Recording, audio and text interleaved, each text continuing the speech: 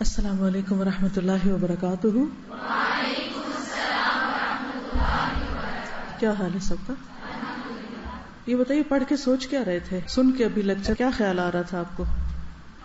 عام طور پر یہ ہوتا ہے کہ جب بھی کوئی نیا مسئلہ پیش آتا ہے تو لوگ افواہیں پھیلانا شروع کر دیتے ہیں، ڈرانا شروع کر دیتے ہیں، خوف زدہ کرتے ہیں، ایگزیجریٹ کرتے ہیں، چھوٹی باتوں کو بہت بڑا کر کے بتاتے ہیں، پریشان کر دیتے ہیں، جس کو نہیں تکلیف ہوتی اس کو بھی سن کے ہونے لگتی ہے۔ تو ایسی صورت میں کیا ہونا چاہیے؟ کیا ہر موقع کی مناسبت سے قرآن و سنت ہماری رہنمائی کرتا ہے؟ تو سب سے پہلے ہمیں کبھی بھی کوئی مسئلہ زندگی میں پیش آئے تو کس کی طرف رجوع کرنا چاہیے؟ اللہ اور اس کے رسول کی طرف۔ اللہ تعالیٰ نے کیا فرمایا اور اس موقع پر نبی صلی اللہ علیہ وسلم نے کیا کیا؟ اگر یہاں اس موقع پہ وہ ہوتے تو کیا کرتے؟ تو آپ کو فوراً حل ملے گا۔ اگر نہیں معلوم تو جو جانتے ہیں ان سے معلوم کر لیں، اور اگر آپ ان چیزوں پر عمل کریں تو انشاءاللہ تعالی وہ مسئلہ بھی حل ہوگا، اور اگر کسی وجہ سے وہ مسئلہ آپ کے لیے تکلیف دہ بھی ہو گیا تو بھی آپ کو ایسی رہنمائی مل جائے گی کہ آپ بالکل پرسکون ہو جائیں گے۔ زندگی تو ہے امتحانوں کا نام، ایک امتحان نہیں تو دوسرا، دوسرا نہیں تو تیسرا۔ تو اس لیے ایسے تمام مواقع پر صحیح معلومات کا خود ہونا، اپنے لیے ہونا اور پھر دوسروں تک پہنچانا نہایت ضروری ہے، کیونکہ لوگوں میں سب سے زیادہ اچھا انسان وہ ہے جو لوگوں کے لیے زیادہ فائدے کا ہو۔ ٹھیک ہے نا؟ تو ہمیں کیا بننا ہے؟ اللہ کی مخلوق کے لیے فائدے کا بننا ہے، نہ کہ جب وہ بیمار ہوں، تکلیف میں ہوں تو اس وقت ان کو ڈانٹ ڈپٹ اور اسکولڈنگ، کیونکہ بعض اوقات ایسا ہوتا ہے نا کہ کسی کو زکام ہو جائے، گلا خراب ہو جائے تو مائیں ڈانٹنا شروع کر دیتی ہیں، اور کھاؤ یہ چیز، میں نے منع کیا تھا نا، تو بھئی اب ہو چکا جو ہو چکا، آئندہ کے لیے تو ٹھیک ہے لیکن اب اس کا حل سوچو۔ کہتے ہیں اب کیا پچھتائے ہو جب چڑیا چگ گئی کھیت، اب جو ہونا تھا ہو گیا، اب اگلی چیز کو سوچیں۔ اپنے لیے کیا سوچنا ہے؟ احتیاطی تدابیر، دوسروں کے لیے جو بیمار ہو چکے ہیں ان کے لیے اچھے مشورے، اچھا علاج، اس کے طریقے خود بھی بتانا، خود ڈاکٹر نہیں بن جانا، ان کو ڈاکٹرز کی طرف رہنمائی کرنا۔ لیکن ہوتا یہ ہے کہ جب کوئی وبا پھیلتی ہے تو بعض اوقات ہاسپٹلز، ڈاکٹرز کیا ہوتے ہیں؟ بہت مصروف ہو جاتے ہیں، تو ہر شخص کو وہ ایک آئیڈیل طبی سہولت میسر نہیں ہوتی۔ ہمارے اس ملک میں کتنے فیصد عوام کو طبی سہولتیں میسر ہیں؟ نہ ہونے کے برابر۔ تو بہت سارے لوگ اگر کسی تکلیف میں مبتلا ہو جاتے ہیں تو آلٹرنیٹ میڈیسن کیا ہے اس کا خود بھی پتہ ہونا چاہیے اور دوسروں کی بھی رہنمائی کرنی چاہیے۔ آپ دیکھیے کہ آپ سب ماشاءاللہ پڑھتے ہیں طب نبوی۔ طب نبوی جو ہے، نبی صلی اللہ علیہ وسلم نے جو طب کی باتیں، صحت سے متعلق اصول ہمیں دیے ہیں، اگر ہم ان پر عمل کریں تو ہمیں تو بہت دفعہ ڈاکٹر کے پاس جانا بھی نہ پڑے، اور بہت ساری چیزوں کا علاج تو اس طرح بتا دیا چند مختصر چیزوں میں کہ موت کے سوا ہر چیز کا علاج ہے اس میں۔ بعض چیزوں کے بارے میں آپ نے فرمایا نا کہ موت کے علاوہ ہر چیز کے لیے شفا ہے اس میں، اور شفا ہوتی باذن اللہ ہی ہے۔ چلیے یہ تو ایک بات ہو گئی، اور کیا سیکھا آپ نے؟ جی ابھی ریسنٹلی تعلیم القرآن میں آپ نے ان اللہ لا یستحی ان یضرب مثلا ما بعوضۃ فما فوقها، قرآن مجید میں سب سے پہلی مثال جو کسی جانور کے بارے میں بیان ہوئی ہے وہ بعوضہ ہی کی ہے۔ تو اس سے یہ بات بھی سمجھ میں آتی ہے کہ اللہ سبحانہ وتعالی کی ہر مخلوق جو ہے وہ اس کی اپنی ایک حکمت ہے، اس کے اندر اللہ کی قدرت کی نشانی نظر آتی ہے ہمیں، اور کتنی پاورفل ہے۔ بظاہر دیکھنے میں ایک مکھی کو تو ہلکا کہتے ہیں، مچھر اس سے بھی ہلکا ہے، تو انسان بھاگ کے کہاں جا سکتا ہے؟ کیا ریزن ہے کہ مشکل ہم پر آئی ہے؟ دیکھیے دو چیزیں ہوتی ہیں، ایک تو بعض اوقات کوئی بھی مشکل صرف امتحان کے لیے آتی، کوئی ایز سچ پرٹیکولر ریزن نہیں ہوتی۔ ٹھیک ہے، تعلیم القرآن کی پھر مثال دوں گی، دوسرا پارہ آپ نے شروع کر دیا اور اس میں یہ آیات آئی ہوں گی، وَلَنَبْلُوَنَّكُمْ بِشَيْءٍ مِّنَ الْخَوْفِ وَالْجُوعِ وَنَقْصٍ مِّنَ الْأَمْوَالِ وَالْأَنفُسِ وَالثَّمَرَاتِ، ہے نا یہ کیا معنی ہے اس کا؟ ہم ضرور ضرور تمہارا امتحان لیں گے، تمہیں آزمائیں گے، بشیء ساتھ کسی بھی چیز کے. کون کون سی چیز؟ خوف، بھوک، مال، جان اور پھلوں کی کمی کے ساتھ. یہ سب چیزیں ہوتی رہیں گی. کبھی بھی کوئی علاقہ، کوئی ملک ان سب چیزوں سے پاک نہیں ہوا. ایک نہیں تو دوسری، دوسری نہیں تو تیسری، کوئی نہ کوئی چیز آتی رہے گی. تو ایک تو اس وجہ سے کہ اللہ نے دنیا امتحان کے لیے بنائی ہے، اور اس میں انسان کے لیے جہاں بے شمار نعمتیں پیدا کی ہیں وہاں اس کے شکر اور اس کے صبر کو ٹیسٹ کرنے کے لیے کہ کس کیلیبر کا انسان ہے. کیونکہ انسان دو ہی چیزوں سے پتہ چلتا ہے، دو اس کی صفات سے پتہ چلتا ہے کہ جب اس کو کوئی چیز ملتی ہے تو اندر شکر گزاری کتنی آتی ہے، جیسے الحمد پہ ہم نے کافی تفصیل میں بات کی تھی. اور اگر اسے کوئی تکلیف آتی ہے یا کوئی رویہ یا معاملہ یا کوئی سچویشن اس کی مرضی کے خلاف ہو جاتی، اس وقت کس طرح ریئیکٹ کرتا ہے. بعض لوگ پورا قرآن پڑھ جاتے ہیں، ناظرہ، تجوید اور تفسیر اور حفظ بھی کرنے لگ جاتے ہیں، اور نماز، نفل، سب کچھ، لیکن ایک چیز مرضی کے خلاف ہوتی ہے، کس طرح ریئیکٹ کرتے ہیں؟ کبھی دیکھا لوگوں کو ریئیکٹ کرتے ہوئے؟ دین پڑھے ہوئے لوگوں کو ریئیکٹ کرتے ہوئے دیکھا کبھی آپ نے؟ آپ کے آس پاس ہیں مثالیں ساری. ذرا سی کسی نے بات نہیں مانی، اس طرح بہیو کریں گے جیسے کوئی ان پڑھ بھی نہ کرے. تو حیرت ہوتی ہے نا اس وقت کہ ان کو کیا ہو گیا، یہ پڑھے لکھے لوگ ہیں. تو جب کوئی ناگوار صورتحال ہمیں پیش آتی ہے تو ہم کرتے کیا ہیں؟ اسی طرح جب یہ 5 چیزوں میں سے کوئی چیز ہمارے سامنے آتی ہے تو ہم کس طرح بہیو کرتے ہیں، کیا معاملہ کرتے ہیں، کیا رویہ ہوتا ہے ہمارا اللہ کے ساتھ اور بندوں کے ساتھ. بندوں کے ساتھ ہمارا کیا معاملہ ہوتا ہے؟ اگر کوئی دوسرا تکلیف میں تو ہم اس کے بارے میں کیا سوچتے ہیں، ہم اس پر کتنا رحم کرتے ہیں، ہم اس کی کتنی ہمدردی کرتے ہیں، ہم اس کو کتنا نفع پہنچاتے ہیں، ہم اس کے کتنے کام آتے ہیں. کوئی بیمار ہے تو کتنی اس کی عادت کرتے ہیں، کتنی کیئر کرتے ہیں.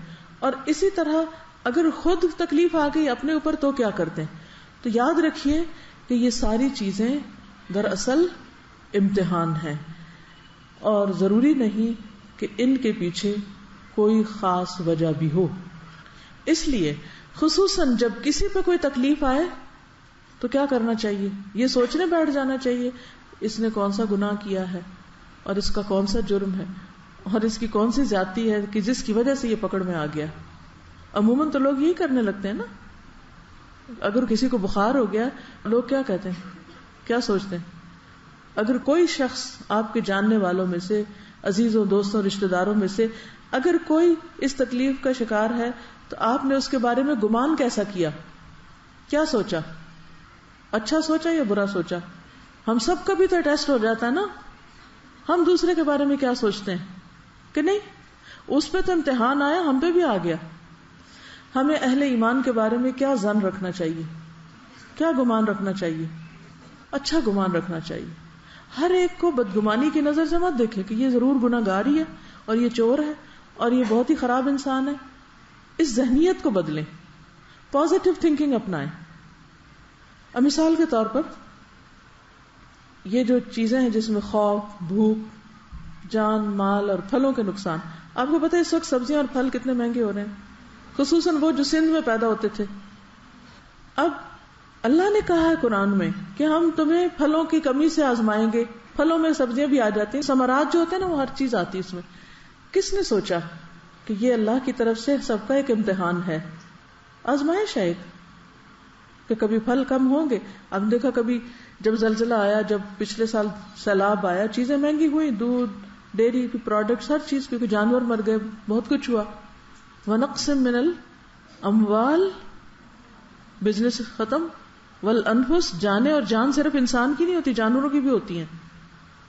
یہ جو گائے بھینسیں مر گئی تھی وہ بھی انفس میں ہی آ جاتی.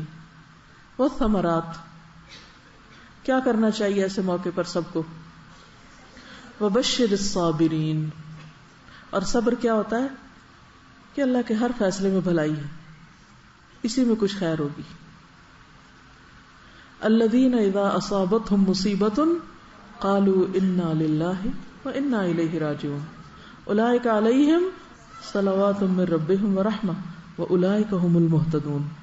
یہ لوگ ہیں ہدایت یافتہ، یہ سیدھے رستے پر ہیں، ان کی ڈائریکشن اور ان کی سوچ درست ہے. ٹھیک، تو کرنا کیا ہے؟ صبر، اور اس وقت میں بھی اچھی خبر، اچھی بات منہ سے نکالیں. لیکن عام طور پر ہم ہر آزمائش کو صرف عذاب بتاتے ہیں. یہ اللہ کا عذاب ہے جو تم پہ آ گیا، یہ اللہ کا عذاب ہے، اللہ کا عذاب ہے. ٹھیک ہے، عذاب بھی آتے ہیں. اللہ سبحانہ وتعالیٰ نے قوم فرعون کو جب انہوں نے اپنے پیغمبر کو جھٹلایا تو مختلف طرح کے عذاب میں مبتلا کیا تھے. اتفاق سے آج صبح کی میری تلاوت انہی آیات کی تھی. اللہ تعالیٰ نے آل فرعون کو کس چیز سے آزمایا تھا؟ ان پہ تو عذاب بھیجا تھا. وہ کیا چیزیں تھی؟ ذرا اس کا بھی کمپیریزن کر لیتے ہیں. وَلَقَدْ أَخَذْنَا آلَ فِرْعَوْنَ بِالسِّنِينَ وَنَقْصٍ مِّنَ الثَّمَرَاتِ لَعَلَّهُمْ يَذَّكَّرُونَ. یہاں بھی نقص من الثمرات ہے. یہ کیا ہے؟ یہ عذاب کی ایک شکل ہے. فَإِذَا جَاءَتْهُمُ الْحَسَنَةُ قَالُوا لَنَا هَٰذِهِ. جب کوئی اچھی چیز آتی تو کہتے ہیں یہ ہمارا حق ہے، we deserve it. وَإِن تُصِبْهُمْ سَيِّئَةٌ يَطَّيَّرُوا بِمُوسَىٰ وَمَن مَّعَهُ. جب کوئی مشکل وقت آتا، کوئی تکلیف آتی تو کس کو الزام دیتے تھے؟ موسیٰ اور جو ان کے ساتھی تھے ان کو الزام دیتے تھے. یہ منحوس ہیں، ان کی وجہ سے ہم پہ مشکل آ گئی ہے. اب بھی کیا ہوتا ہے؟ Blame game.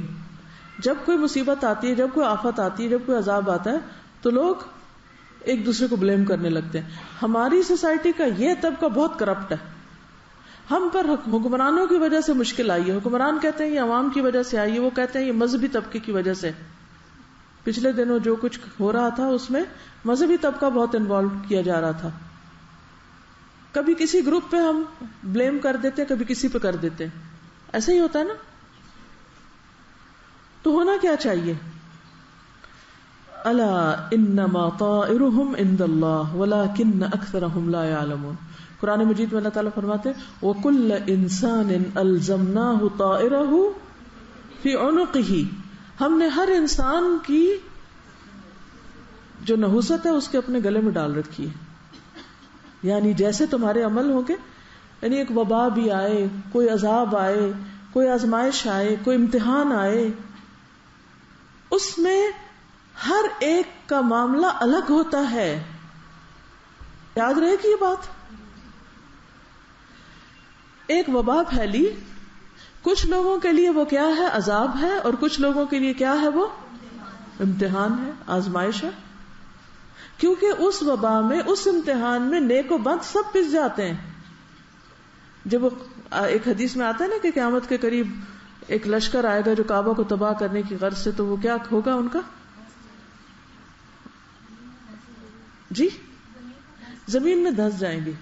وہ زمین، اب ظاہر ہے اس زمین پر صرف وہی لوگ تو نہیں ہوں گے، اور بھی جو لوکل وہاں رہ رہے ہیں، کوئی یہاں سے گزر رہا ہو تو کچھ ہو تو آس پاس کا علاقہ بھی متاثر ہوتا ہے. تو قیامت کے دن وہ کس طرح اٹھائے جائیں گے؟ ان میں سے ہر ایک اپنی نیت کے ساتھ اٹھایا جائے گا. انما یبعث الناس علی نیاتہم. اب ملک میں کچھ ہو رہا ہے، دنیا میں کچھ ہو رہا ہے، آپ کے گھر میں کچھ ہو رہا ہے، آپ کے شہر میں ہو رہا ہے، بہت سے لوگ وائرس کا شکار ہو رہے ہیں، کوئی بھی انسان اس کی زد میں آ جاتا ہے. تو اب ہر ایک کو کس کی فکر کرنی چاہیے کہ میرا معاملہ کیا ہے. ایک عورت کو بخار تھا، وہ برا بھلا کہہ رہی تھی بخار کو، تو آپ نے اس سے کیا کہا؟ بخار کو برا بھلا نہ کہو. پھر اسے پتا چلا کہ نبی صلی اللہ علیہ وسلم ہے تو تھوڑا شرمندہ ہوئی. لیکن عموماً کیا ہوتا ہے جب کسی پہ کوئی تکلیف آتی ہے تو وہ چونکہ پریشان ہو جاتا ہے، اس پریشانی میں اس کے منہ سے اوٹ پٹانگ باتیں نکلنے لگتی ہیں، وہ اللہ کو، بندوں کو بلیم کرنے لگتا ہے. ایسے موقع پر کیا کرنا چاہیے؟ کسی بھی بیماری کو برا بھلا کہنے کی بجائے کیا کرے انسان؟ صبر کرے، علاج کرے، اللہ سے مدد مانگے، دعا کرے، صدقہ خیرات کرے. ٹھیک ہے نا؟ حفاظتی تدابیر اختیار کرے، احتیاطی تدابیر اختیار کرے، نہ کہ صرف باتیں کر کے اور غصہ کر کے اور گالی گلوچ کر کے وہ بھی برا، وہ بھی. اس سے کیا ہوگا؟ اسی لیے پہلی بات فرمائی وبشر الصابرین، صبر کرنے والوں کو بشارت دے دو کہ جب ان پہ مصیبت آتی ہے حد درجے کی بھی کہ کوئی ان کے ہاتھ سے نکل جائے, چلا جائے, کوئی فوت ہو جائے اس بیماری میں, تب بھی کہتے ہیں یہ چلا گیا ہم بھی جانے والے. یہ دنیا ہمیشہ کے لیے تھوڑی سب نے جانا ہے, وہ پہلے ہم بعد میں. قبرستان کے پاس سے گزرنے کی دعا میں کیا آتا ہے؟ تم پہلے جا چکے, ہم تمہارے پیچھے آ رہے ہیں ہم بھی, یہاں بیٹھنے کے لیے کوئی بھی نہیں آیا. اصل چیز ہے کسی بھی تکلیف اور آزمائش کے وقت ہماری سوچ, ہماری تھنکنگ, ہمارا نظریہ, ہمارا خیال, ہمارا گمان, پھر ہمارا عمل, ہمارا رویہ اور ہمارا طریقہ, اس پہ توجہ دینے کی ضرورت ہے. ٹھیک ہے, پھر کیا ہوا؟ ہاں ہمارا بول, یعنی گمان کے علاوہ بولتے کیا ہیں, ہم کہتے کیا ہیں. پھر کیا ہوا؟ وَقَالُوا مَهْمَا تَأْتِنَا بِهِ مِنْ آيَةٍ لِتَسْحَرَنَا بِهَا فَمَا نَحْنُ لَكَ بِمُؤْمِنِينَ. تم چاہے کوئی بھی نشانی لے آؤ کہ جس سے تم ہمیں مسحور کرو, ہم نہیں ماننے کے. تو آخر کار اللہ تعالیٰ نے فَأَرْسَلْنَا عَلَيْهِمُ الطُّوفَانَ, اب ان پہ عذاب آ گیا طوفان کا. والجراد, ٹڈیاں, والقمل, جوئیں, والضفادع, مینڈک, والدم, خون, آیات مفصلات, کھلی کھلی نشانیاں. فاستکبروا, پھر بھی تکبر کیا. وکانوا قوما مجرمین, اور وہ مجرم لوگ تھے. اصل کیا میٹر کرتا ہے؟ رویہ. اللہ نے امتحان, اس کو امتحان کہیں, آزمائش کہیں, عذاب کہیں, کچھ بھی کہیں, کس لیے بھیجا تھا؟ تاکہ لعلہم یتضرعون, وہ عاجزی زاری اختیار کریں, توبہ کریں, استغفار کریں, اللہ کی طرف رجوع کریں, معافی مانگیں. لیکن انہوں نے کیا کیا؟ فاستکبروا, مان کے نہ دیا اور اپنی اصلاح نہ کی. تو اس سے کیا پتہ چلتا ہے اصل مصیبت کیا ہے؟ بخار نہیں, اصل مصیبت ہمارا رویہ ہے. بخار تو آ کے چلا جائے گا, وائرس آتا ہے چلا جاتا ہے, کبھی فلو پھیل جاتا ہے, کبھی سب کسی طرح بیمار ہو جاتے ہیں, کبھی کسی طرح. لیکن اصل چیز کیا ہے کہ ہم کیا کرتے ہیں. ٹھیک ہے, اب جو بیمار ہیں ان کا بھی امتحان ہے, اور جو نہیں ہے ان کا بھی امتحان ہے. کرتے کیا ہو. ٹھیک ہے, کرنے کے کام چند ٹپس آپ کو بتا دیتی ہوں احادیث کی روشنی میں, صرف ڈینگی وائرس کے لیے نہیں, اوور آل. ٹھیک. عن جابر بن عبداللہ قال سمعت رسول اللہ صلی اللہ علیہ وسلم یقول غط الاناء واوق السقاء فإن في السنة ليلة ينزل فيها وباء لا يمر بإناء ليس عليه غطاء أو سقاء ليس عليه وكاء إلا نزل فيه من ذلك الوباء. یہ ہمارے دین نے تعلیم دی ہے. حضرت جابر روایت کرتے ہیں کہ میں نے سنا رسول اللہ صلی اللہ علیہ وسلم فرماتے تھے برتن ڈھانپ دو, مشک بند کر دو. مشک بند کر دو یعنی پانی کے جو ٹینک وغیرہ ہیں ان کو بند کر دو, اس لیے کہ ہر سال میں ایک رات ایسی ہوتی ہے جس میں وبا اترتی ہے. اللہ کی طرف سے ایک امتحان آتا ہے, پھر وہ وبا جو برتن کھلا پاتی ہے یا مشک کھلی پاتی نہیں, پانی کی, اس میں سما جاتی, اس میں گھس جاتی. مچھر غریب کیا کرے گا, وہ تو اللہ کی طرف سے نازل ہوا ہے, اور اللہ نے پہلے ہی بتا دیا تھا. قصور کس کا؟ ہمارا, ہم نے پڑھا ہی نہیں دین. وہ تو پہلے ہی بتا رہے ہیں کہ برتن ڈھانک کے سویا کرو, رات کو سب برتن کیا کرو, ڈھک دو. پانی ڈال کے رکھا ہے تو ننگا مت رکھو, اس کو ڈھک دو, چاہے کسی ٹیشو پیپر سے ہی ڈھک دو, چاہے کسی برتن سے ڈھک دو. کوئی بھی چیز, پانی کا ٹینک کھلا رکھنے کا کوئی جواز ہے ہمارے دین میں؟ قطعاً نہیں ہے. حالانکہ مشک جو ہوتی ہے اس کا تو منہ کتنا چھوٹا ہوتا ہے, اس کو بھی بند کر کے رکھو. کیا سمجھ آیا؟ پیچھے سے کوئی بتایا مجھے کیا کرنا چاہیے. رات کو, ایون دن کو بھی کیا کریں, چیزیں برتن ڈھانپ کے رکھیں. لیکن خصوصاً رات کا ذکر ہے کہ ایک رات ایسی ہوتی ہے سال میں, every year, it's an annual virus جو نازل ہوتا ہے, اور جو برتن کھلا ہوتا ہے اس میں گھس جاتا ہے. پھر بندہ اس میں سے پانی پی لیتا ہے, پھر اس میں سے نہا لیتا ہے, and that is contaminated water. اب سائنس تو اس کی کوئی توجہ نہیں کر سکتی بعض اوقات, لیکن اللہ کی طرف سے ایک امتحان ہے.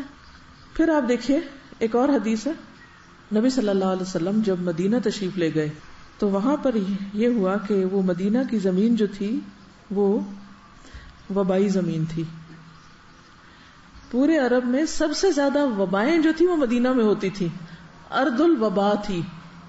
جب صحابہ وہاں پر گئے تو بیمار پڑ گئے, ایک ایک کو بخار. اور حضرت ابو بکر کی حالت یہ ہو گئی تھی کہ ان کو لگتا تھا کہ جیسے بس اب وہ دنیا سے رخصت ہونے والے ہیں, اتنے شدید بیمار ہو گئے تھے وہ بھی. حضرت بلال کے بارے میں آتا ہے, اور بھی صحابہ. تو نبی صلی اللہ علیہ وسلم نے اس موقع پر کیا کیا تھا؟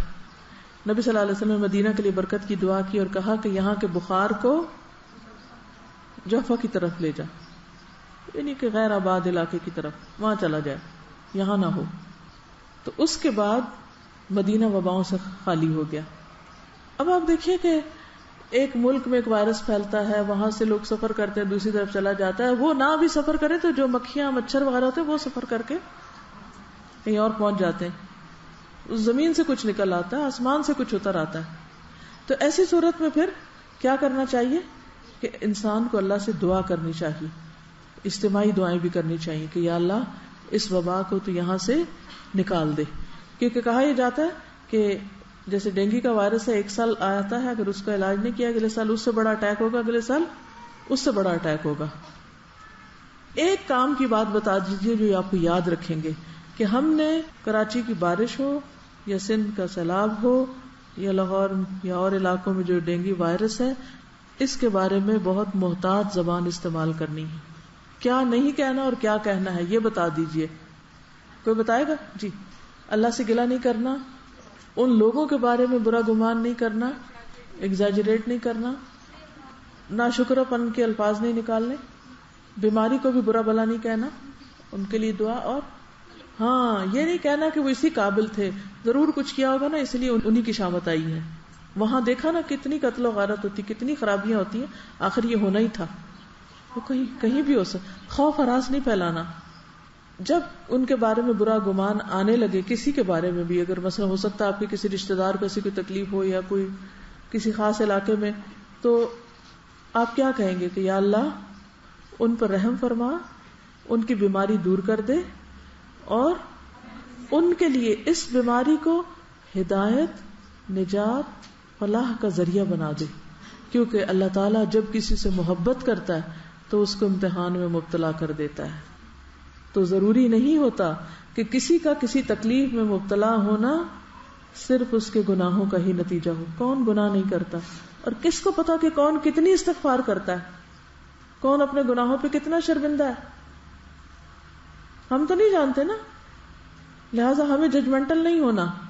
کیا کہنا ہے, ان کے لیے کیا دعا کرنی ہے کہ اللہ ان کے لیے اس بیماری کو اپنے قرب کا ذریعہ بنا دے, ان کی ہدایت کا ذریعہ بنا دے, ان کی اصلاح اور فلاح اور نجات کا ذریعہ بنا دے. جب کبھی بھی آپ بیمار پڑیں یا کسی کو تکلیف میں دیکھیں تو ایک بات یاد رکھیں کہ یہ تقدیر کا حصہ ہے. یہ تکلیف آنی ہی تھی, میرے لیے لکھی تھی. میں نے احتیاط بھی کر لی, میں نے بچنے کی دعائیں بھی پڑھ لی, سب کچھ کر لیا. اس کے باوجود وہ آ گئی. میں نے برتن بھی ڈھانک لیے, میں نے بسم اللہ الذی لا یضر مع اسمہ شیء فی الارض ولا فی السماء وهو السمیع العلیم بھی پڑھ لی. پھر میں نے کسی کو دیکھا کہ وہ بیمار ہے تو اس وقت بھی ایک دعا پڑھنے کو بتائی گئی ہے نا. وہ کیا ہے؟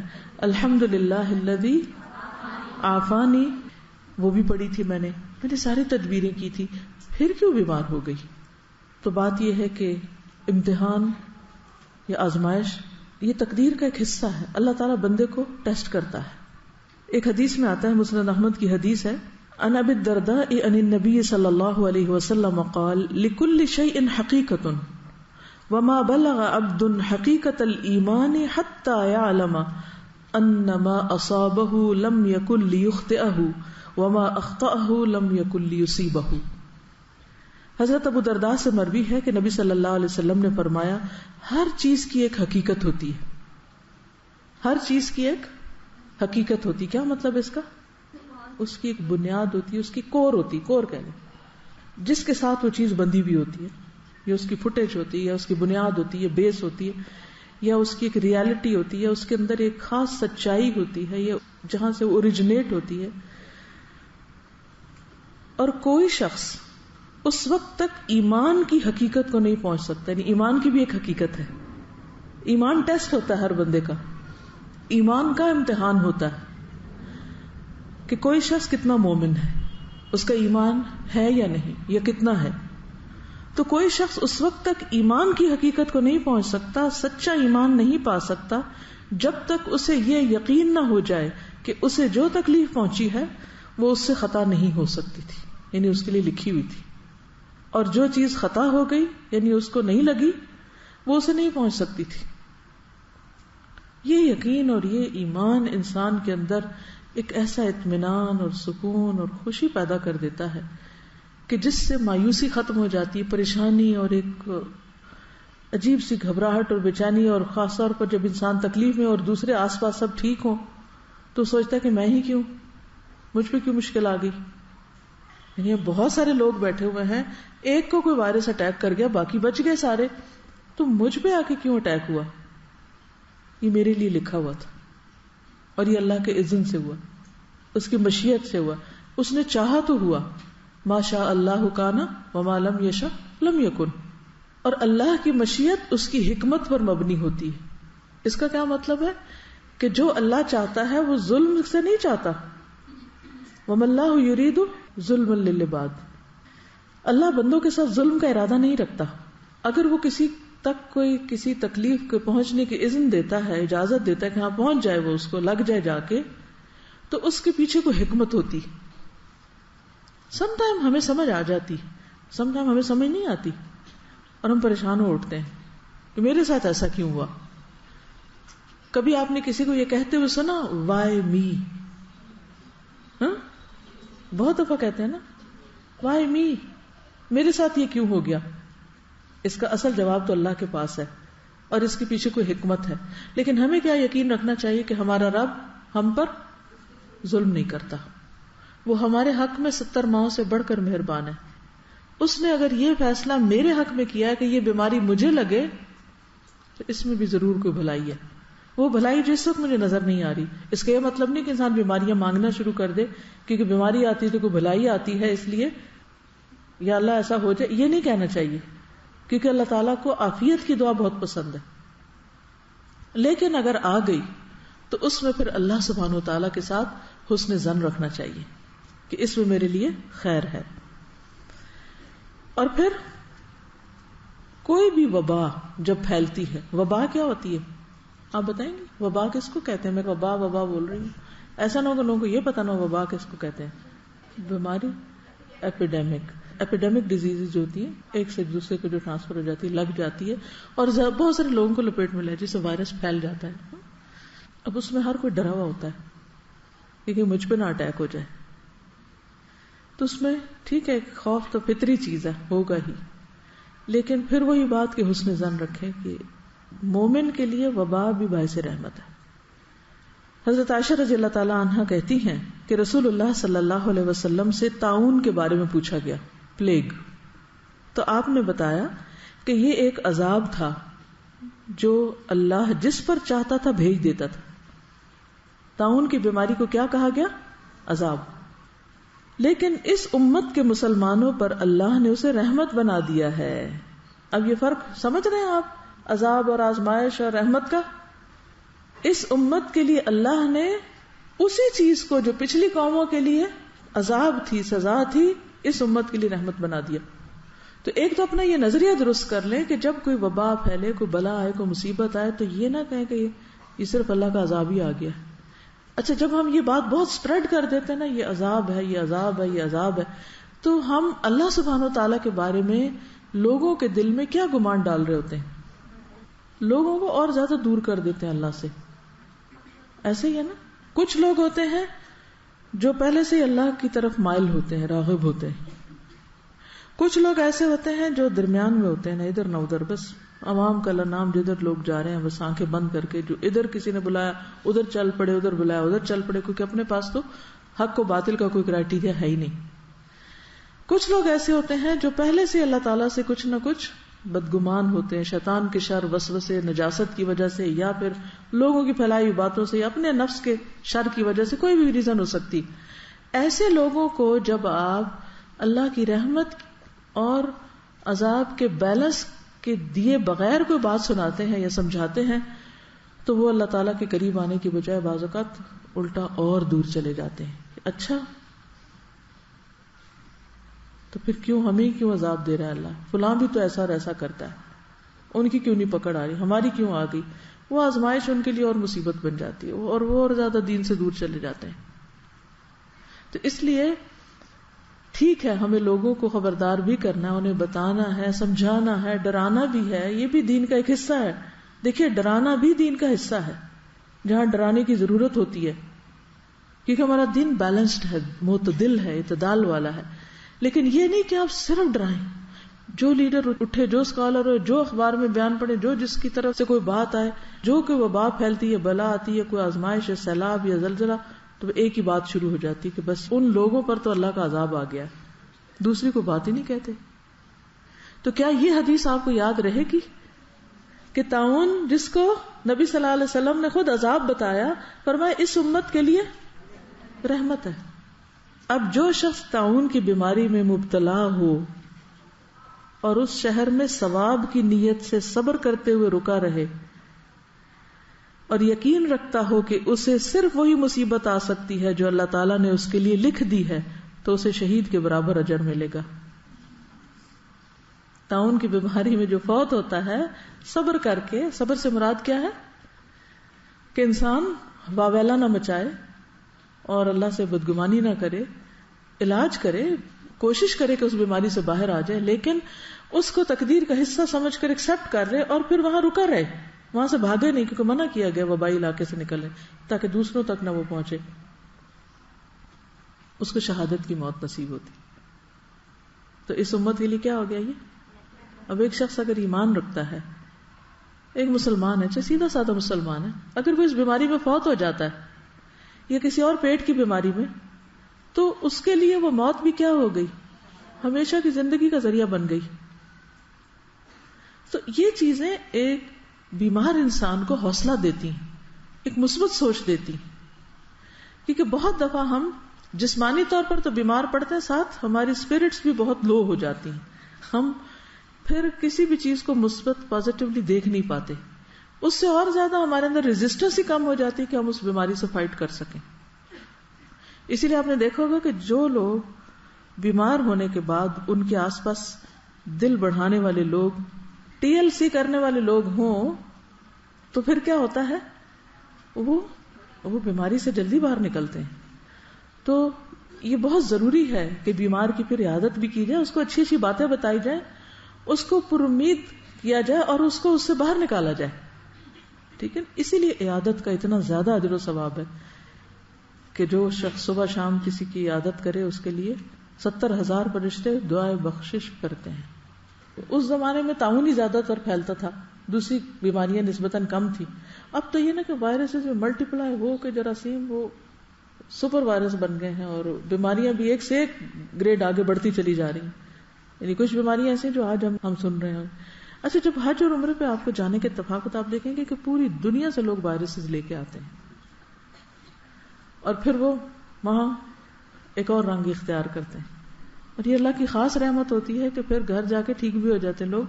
کوئی یہ نہیں کہتا حج کر کے مر گیا, اللہ کہ جس کی موت آئی ہو تو اکا دکا گھر پہ بیٹھتا تو اس نے مرنا ہی تھا. لیکن ضروری نہیں ہے کہ کوئی بیماری لگ کے انسان کو مصیبت میں ہی مبتلا کرے, اس کے لیے خیر کا بھی باعث بن جاتی. ڈر سے حج سے پرہیز نہ کریں کہ وہاں وائرسز ہوتے ہیں. ان مال اسری یسرا. پھر اسی طرح یہ ہے کہ جب پھر انسان بیمار ہو تو دعا کرے. نبی صلی اللہ علیہ وسلم نے فرمایا, دعا اس مصیبت کے لیے بھی فائدہ مند ہے جو نازل ہو چکی اور اس کے لیے بھی جو بھی نازل نہیں ہوئی. جن کو بیماری لگ چکی وہ بھی دعا کریں اور جو بچے ہوئے ہیں وہ بھی دعا کریں. لہٰذا اے اللہ کے بندو, دعا کو لازم پکڑو. پھر صدقہ کرنا. نبی صلی اللہ علیہ وسلم نے فرمایا, داؤ مرضاکم بالصدقہ, اپنے مریضوں کا علاج صدقے کے ذریعے کرو. ہمارے ہاں عام طور پر صدقہ کیا جاتا ہے, لیکن کس کا؟ کالے بکرے کا. تو شرط نہیں ہے بنی اسرائیل کی طرح گائے کا رنگ مقرر نہیں کیا گیا، مشکل میں نہیں ڈالا گیا، جو مل جائے اس کو کرو، بکرا کرو، بکری کرو، کچھ بھی کرو جو میسر ہے. لیکن صدقہ جو ہے یہ علاج بتایا گیا ہے بیماریوں کا، چاہے روحانی بیماریاں ہو، چاہے ڈپریشن ہو، چاہے دل کی پریشانی ہو، چاہے کوئی جسمانی مرض ہو. تو اس نیت سے صدقہ کرنا کہ اس سے بیماری دور ہو جائے درست ہے. اور اس کے لیے ضروری نہیں کہ کسی کے سر پہ 100 روپیہ گھما کے کسی فقیر کی مٹھی میں دے، وہ سر پہ وارتے ہیں نا، یہ من گھڑت باتیں. بس خاموشی سے کچھ بھی کر سکتے ہیں، ایون ڈیبٹ کارڈ سے آپ پیسے سینڈ کر سکتے ہیں. حضرت عثمان بن عفان کہتے ہیں کہ میں نے رسول اللہ صلی اللہ علیہ وسلم سے سنا، آپ فرماتے تھے جس نے شام کو بسم اللہ الذی لا یضر مع اسمہ شیء فی الارض ولا فی السماء وهو السمیع العلیم 3 بار پڑھ لی، اسے صبح تک اچانک مصیبت نہیں آئے گی. اور جس نے صبح کے وقت 3 بار یہ دعا پڑھ لی اسے شام تک کوئی اچانک مصیبت نہیں آئے گی. اس لیے دن کے دونوں کناروں پر یا رات کے دونوں کناروں پر کیا کریں، 3 بار یہ دعا پڑھتے رہیں. حفاظت کی دعائیں پڑھیں، اللہ سے عافیت کا سوال کریں. اللہم انی اسألک العافیۃ فی الدنیا والآخرہ، اللہم انی اسألک العفو والعافیۃ فی دینی و دنیای و اہلی و مالی، اللہم استر عوراتی و آمن روعاتی، اللہم احفظنی من بین یدی و من خلفی وعن یمینی وعن شمالی ومن فوقی واعوذ بعظمتک ان اغتال من تحتی. یہ دعا صبح شام کی دعاؤں میں وإیاک نستعین میں لکھی ہوئی ہے، اس کو آپ زبانی یاد کر لیجیے. صبح شام ایک دفعہ پڑھیے تو انشاءاللہ بہت سی چیزوں سے آپ حفاظت میں رہیں گے. ماشاءاللہ بہت لوگوں کو آتی، جن کو نہیں آتی وہ پیچھے نہ رہیں، ٹھیک ہے، وہ بھی یاد کر لیں. پھر اسی طرح یہ ہے کہ جب ایسی گھبراہٹ ہو، بیمار کو بے چینی ہو، اضطراب ہو کہ اس کو چین نہ آ رہا ہو، تو اس وقت حضرت اسماء بنت امیس کہتی ہیں کہ رسول اللہ صلی اللہ علیہ وسلم نے مجھ سے فرمایا کیا میں تمہیں ایسے کلمات نہ سکھاؤں جو تم مصیبت اور تکلیف کے وقت پڑھو تو پھر کیا ہوگا، تکلیف اور ٹینشن دور ہو جائے گی. یہ آگے حدیث کے الفاظ نہیں ہیں، آپ نے صرف اتنا فرمایا تھا الا اعلمکی کلمات تقولینہن عند الکرب او فی الکرب، تکلیف کے وقت یہ ذکر کرو. یہ نبی صلی اللہ علیہ وسلم کا سکھایا ہوا ذکر. تو مریض کو آپ یہ لفظ 4 سکھا دیں. کیا ہے؟ اللہ اللہ ربی، یہ پہلے ہی آتا ہوگا مریض کو، بس کہلوا دیں اس کو، اللہ اللہ ربی لا اشرک بہ شیئا. یہ خاص طور پہ بیماری میں اس لیے پڑھنے چاہیے کہ اس وقت انسان کو طرح طرح کے مشورے ملتے ہیں، اس بابے کے پاس چلے جائیں، یہ تعویذ باندھ لیں، یہ گریں لگا کے یوں کر لیں، اس کا نظر اس طرح اتار دیں، لال مرچیں جلا لیں وغیرہ وغیرہ. تو اس سے یہ ہے کہ انسان کو پھر کیا فائدہ ہوتا ہے جب کہتا ہے نا انسان میں کسی کو شریک نہیں ٹھہراتا، تو اس سے انسان کے لیے ایک سکون اور راحت کا باعث ہوتا ہے اور انسان غلط طریقہ علاج سے بھی بچ جاتا ہے. جب کوئی بیمار ہوتا ہے نا اس کو شیطان یہ وسوسہ ضرور ڈالتا ہے کہ تمہیں نظر لگ گئی ہے، جادو ہوگی. ضروری تو نہیں کہ جادو ہوگی، تو پھر وہ بندہ بدگمانی کرنے لگتا ہے، اچھا کون ہوگا، میرے خیال ہے یہ، اور اپنے قریب والوں میں بدگمانی شروع کر دیتا ہے. تو پھر اس سے ایک تو انسان کی جان جائے اور دوسرا ایمان جائے، تو یہ بہت نقصان دہ چیز ہے، اس سے بچنا چاہیے.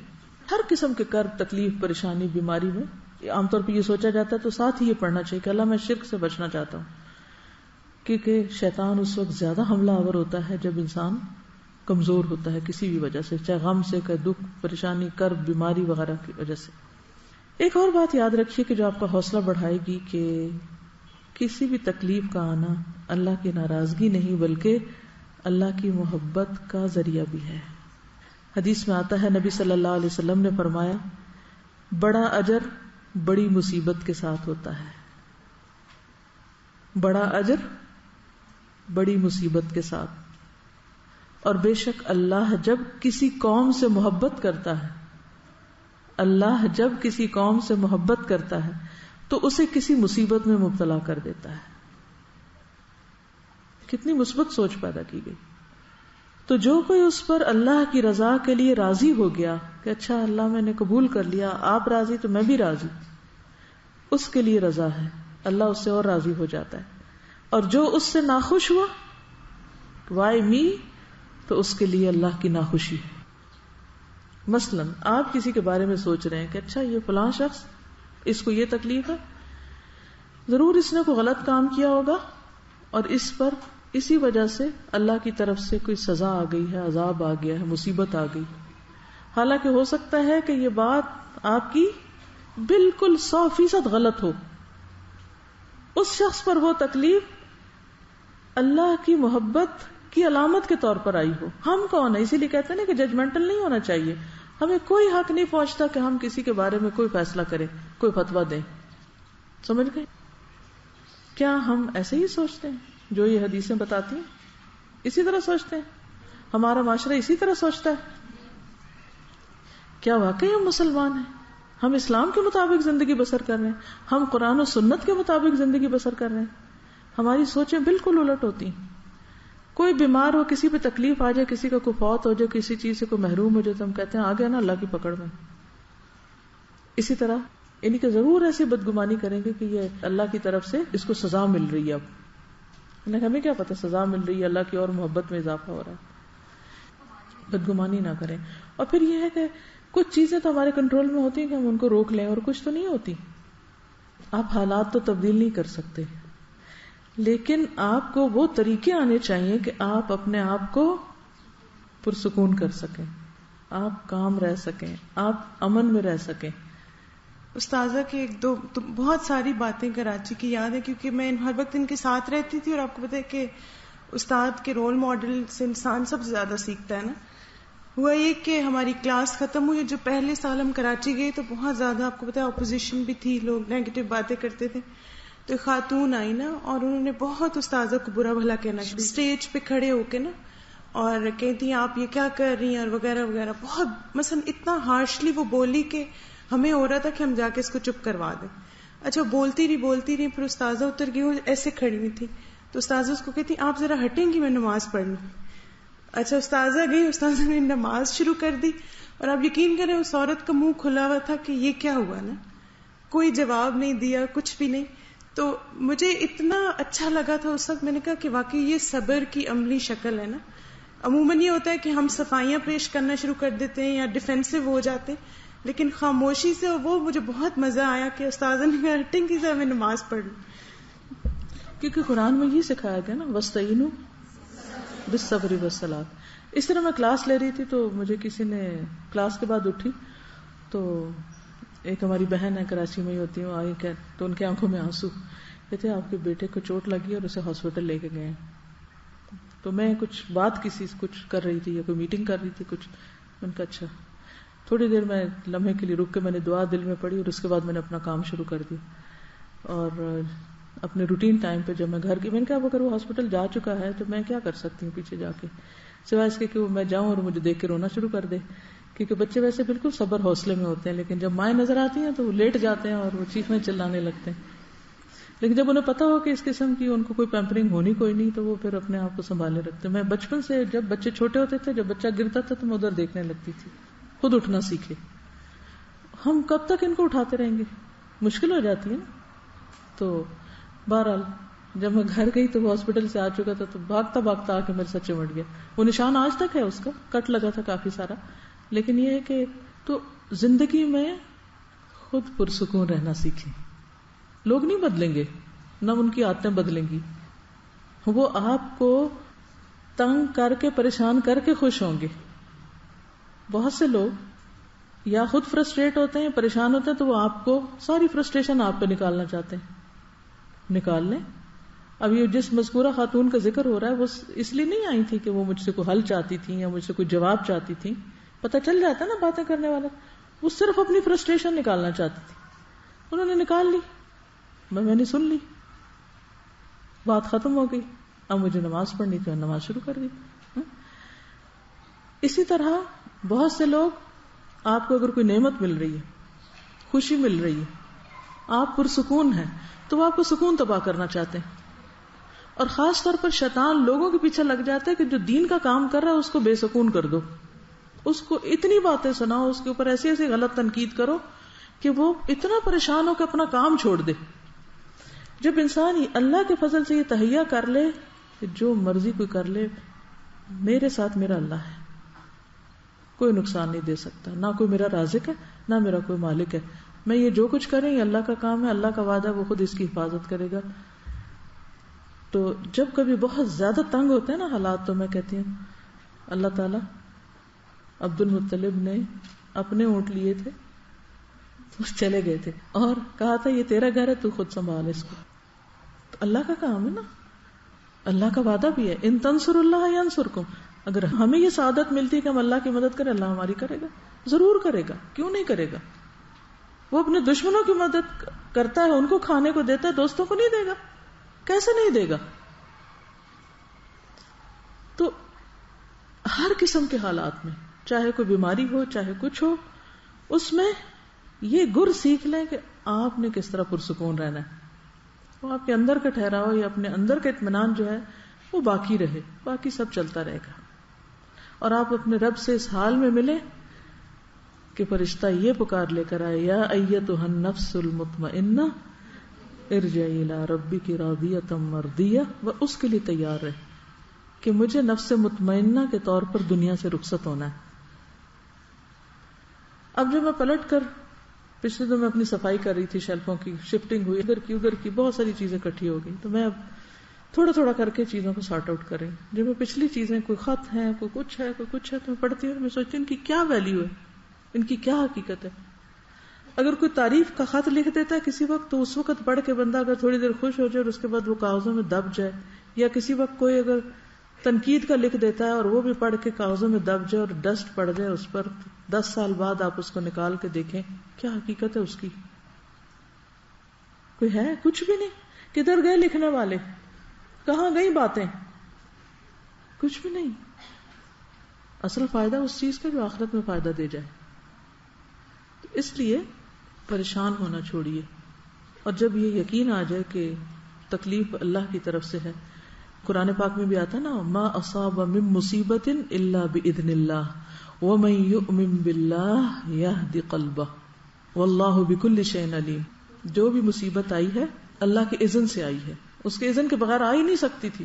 اچھا اللہ نے اجازت دے دی تجھے مجھ تک پہنچنے کی، تو وجہ ہے کوئی، ضرور کوئی اس کے پیچھے مقصد ہے. وہ سمجھنے کی کوشش کرو، اللہ میرے دل پہ حکمت القاء کر دے کہ مجھے سمجھا دے کہ یہ ہوا کیوں. جیسے حضرت ابراہیم علیہ السلام نے کہا تھا نا، ربی ارینی کیف تحیی الموتى، اللہ مجھے دکھا دے تو مردوں کو کیسے زندہ کرے گا. قال اولم تؤمن، ابراہیم یقین نہیں؟ قال بلا، کیوں نہیں، بالکل ہے. ولکن لیطمئن قلبی، سب ایمان ہے، یقین ہے، سب ٹھیک ہے، بس مجھے اس کی وجہ بتا دے، مجھے ریزن سمجھ آ جائے. لیطمئن قلبی، تاکہ میرا دل اطمینان میں آ جائے.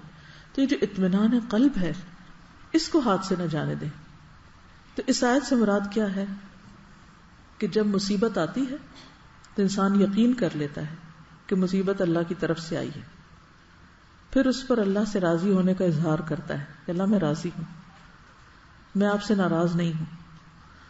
اس سے اللہ تعالیٰ بندے کو ایسا ایمان، ایسی ٹھنڈک دل کی نصیب کرتا ہے کہ اس کی لذت وہ ہر وقت اپنے دل میں محسوس کرتا ہے. اور آپ کو پتا ہے زبان کی لذت تو ہم خرید سکتے ہیں بازار سے، دل کی لذت نہیں خرید سکتے کہیں سے. یہ آتی ہے مشکلات پر صبر کر کے، اللہ سے پر امید رہ کر. اور پھر اللہ کا وعدہ ہے ان اللہ مع الصابرین، جو صبر کرتا ہے اس کو اللہ کی مدد حاصل ہو جاتی، اللہ ان لوگوں کے ساتھ ہے. اور پھر واللہ یحب الصابرین، اللہ کو صبر کرنے والے پسند ہیں، اللہ ان سے محبت کرتا ہے. جب آپ صبر کرتے ہیں اللہ آپ سے محبت کرتا ہے. اس سے بڑی کوئی چیز چاہیے کہ اللہ آپ سے محبت کر رہا ہو؟ بہت بڑی نعمت ہے. اور پھر آخرت میں کیا ملے گا؟ انما یوفی الصابرون اجرہم بغیر حساب. یہ کیسے ہوتا ہے؟ نہ وہ ناپا جائے گا، نہ تولا جائے گا، نہ گنا جائے گا. بغیر حساب کیا ہوتا ہے؟ لکھ لیں 3 لفظ، یاد رکھیے، نہ ناپا جائے گا، نہ تولا جائے گا، نہ گنا جائے گا. کبھی کوئی چیز ایسی ملی آپ کو، جائیں بازار کہ دکاندار کے اچھا جو دینا ہے پیسہ دے دیں اور جتنا چاہیے اٹھا لیں؟ دنیا میں تو ایسے کوئی نہیں دیتا. ماں بھی دیتی ہے نا تو کھانا حساب کا ہی دیتی ہے، بس یہ تیرے حصے کا، اسی میں کام چلا، یہ منتھلی پاکٹ منی. تو صبر کرنے والوں کو کیا ملے گا؟ نہ ناپا جائے گا، نہ تولا جائے گا، نہ گنا جائے گا. کتنا ہوگا پھر وہ؟ بے حساب. بے حساب. یہ کس پر اجر ہے؟ صبر پر. اور صبر کیا ہے؟ بس روک لو اس وقت اپنے آپ کو، منفی رد عمل نہ کرو. اور پھر یہدی قلبہ میں انسان کو جو ہدایت نصیب ہوتی ہے، رستہ سمجھ آنے لگتا ہے آگے کیا کرنا ہے، واٹ نیکسٹ. پھر اپنی غلطی نظر آنے لگتی کہ مجھے یہ بھی نہیں کرنا چاہیے تھا، یہ میں نے کیوں کیا. اور پھر عجب طرح کی تسلی ہو جاتی اور انسان کی زندگی کا سفر جاری رہتا ہے. آپ ایک پروڈکٹیو انسان بن جاتے ہیں. آپ نے جو کرنا ہوتا ہے اس میں رکاوٹ نہیں آتی. ورنہ کیا ہوتا ہے، کام شروع کیا، اب یہ ہو گیا، چلو کام رکھ دو، چھٹی کرو، اب یہ ہو گیا، اب یہ نہ کرو. کچھ ہو ہی نہیں پاتا زندگی میں. اکثر میں جب پوچھتی ہوں نا آپ لوگوں کے کورسز کا حال کہ کیا حال ہے، اس کورس میں کیسا کام جا رہا ہے، ایک چیز مجھے جو پریشان کرتی ہے، جو سن کے مجھے عموماً ذرا سی فکر مندی ہوتی ہے، جو کورس انچارجز یہ بتاتے ہیں کہ چھوٹی چھوٹی بات پہ لڑکیاں چھٹی کر لیتی ہیں. تو مجھے بڑا عجیب لگتا ہے. میں بھی آپ کے گھر کا کلچر یہی ہے، کچھ ہوا نہیں تو چھٹی کر لو. ہمارے والد کوئی بیمار ہو، کچھ کوئی بہانہ چلنا ہی نہیں، چھٹی تو ہے ہی نہیں ڈکشنری میں، الا یہ کہ کوئی بس اٹھ ہی نہ سکے تو اور بات ہے. چھوٹی موٹی باتوں پہ کوئی فوت ہو جائے، آپ کا کیا کام، جاؤ اسکول. شادی ہے، واپس آ کے چلے جائیں گے. کچھ میں کہتی یہ کیا، ہماری کلاس کی ہر لڑکی چھٹی کرتی ہے، ہمیں کیوں نہیں اجازت. وہ بچپن سے ایسی ہیمرنگ ہوئی ہے نا کہ چھٹی نہیں، چھٹی مانگو ہی نہیں. اس کا نتیجہ کیا کہ پھر تھوڑی کام کی عادت پڑ گئی. وہ نفس توڑ توڑ کے کوٹ کوٹ کے انسان اپنے آپ کو وہ کرتا ہے نا، ایک چیز پہ راضی کرتا ہے. تو اگر آپ لوگ ایک دن بھی مس کر جاتے ہیں تو آپ کا کوئی نقصان کوئی نہیں ہوتا پڑھنے لکھنے میں. بہت ہوتا ہے. وہ آپ اکیلے گھر بیٹھ کے اس دن کو ریپلیکیٹ نہیں کر سکتے. ایک دن اور اضافہ کر لیں. اس چیز کی وجہ سے پھر نہ وہ ہماری تعلیم صحیح مکمل ہوتی ہے، نہ تربیت ٹھیک ہوتی ہے، نہ کچھ اور ہوتا کیا تھوڑی دیر تکلیف اٹھانی پڑتی ہے. پھر جب آپ آ جاتے ہیں اسکول تو تھوڑی دیر کے بعد پھر آپ آہستہ آہستہ آہستہ، بلکہ وہ گھر پڑے اور بیمار ہوتے ہیں، آ کے اور ٹھیک ہونے لگتے ہیں. اللہ کہ کوئی بہت بڑی مشکل ہو. اس لیے چھوٹی چھوٹی چیزوں کو بہانہ نہ بنائیں، رکاوٹ نہ سمجھیں، پھلانگتے چلے جائیں کیونکہ زندگی ایک بار ملی ہے، بار بار نہیں ملے گی کہ تجربے کرتے رہیں. اور جو کام آپ نے نیت کر لی ہے نا، ارادہ باندھ لیا کہ یہ کرنا ہے زندگی میں.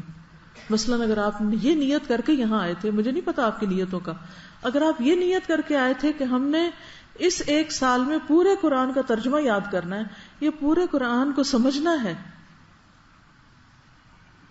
تو چھٹی کر کے تو پورا نہیں سمجھ سکتے آپ. بریک کر کے توڑ کے تو بات نہیں بنتی.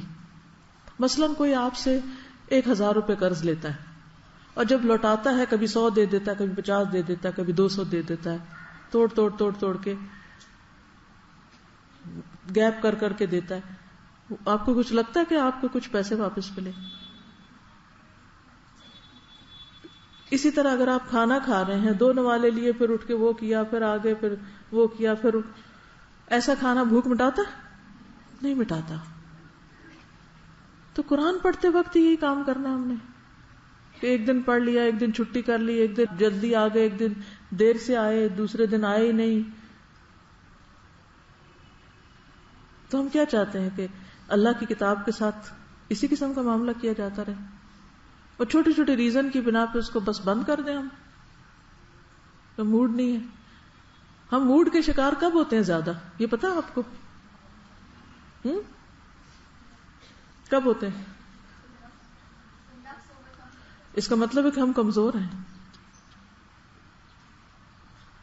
یہ تو بہت ویک پرسنالٹی کی علامت ہے، موڈی ہونا اور موڈ کا شکار ہو جانا کہ ابھی میرا موڈ ہی نہیں ہے، بس میرا دل نہیں چاہ رہا.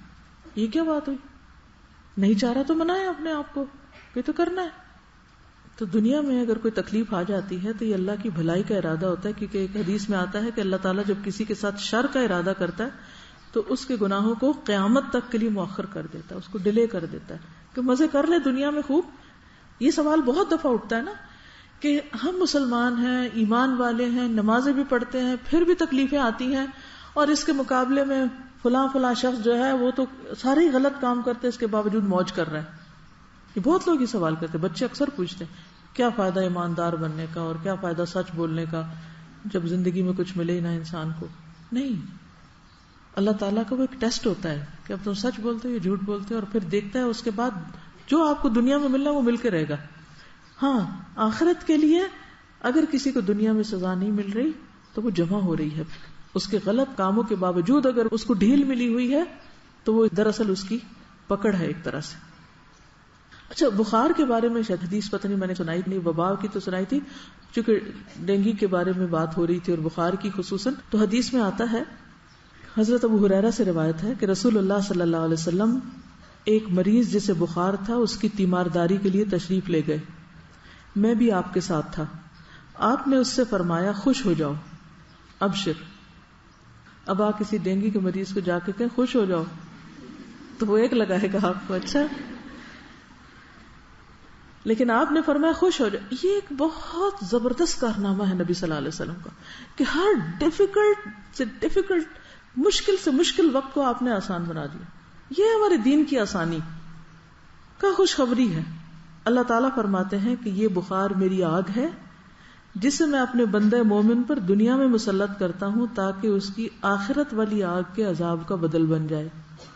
یہ گرمی بخار کی دنیا میں آخرت کے عذاب کا بدل بن جاتا ہے، گناہوں کو جھاڑنے کا ذریعہ بن جاتا ہے. ایسا ہے کہ سیلاب زدہ لوگوں کے لیے آپ کو شاید کلاسز میں بتایا بھی گیا ہو کہ ہم سب اپنا اپنا حصہ ڈالیں اور اپنی طرف سے کچھ نہ کچھ ضرور بھجوائیں. میں یہ چاہوں گی کہ ہر کلاس اور ہر آفس اپنا اپنا فنڈ اپنی جگہ کلیکٹ کر کے اس کو جمع کرا دیں. پھر ہم and of the month report share کر لیں گے کہ کس نے کتنا کیا مقابلہ. ٹھیک ہے؟ اوکے، جزاکم اللہ خیرا.